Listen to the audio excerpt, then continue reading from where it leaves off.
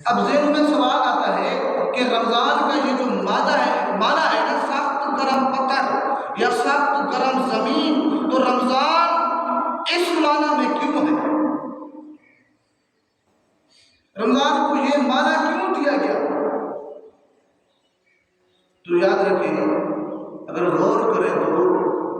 ایک بات ہمیں یہ سمجھ میں آتی ہے، اور عرفاء نے لکھا ہے اپنی کتب کے اندر، کہ جس طرح سخت گرم پتھر یا سخت گرم زمین انسان کو جھلسا دیتی ہے، انسان کو جلا دیتی ہے، تو اسی طرح رمضان المبارک، رمضان سے پہلے جو بندہ، جو انسان اپنی زندگی گناہوں میں بسر کرتا ہے، رمضان سے پہلے بندہ جتنا گناہگار ہو، جتنا سیاہکار ہو، جتنا خطا کار ہو، مگر جب رمضان آتا ہے تو بندہ رمضان المبارک کو اپنے ایمان کے ساتھ، قیام و صیام کے ساتھ، رکوع و سجود کے ساتھ گزارے، تو رمضان المبارک کے صدقے اللہ رب العزت اس کے گناہوں کو بھی ایسے ختم کر دیتا ہے، اس کے گناہوں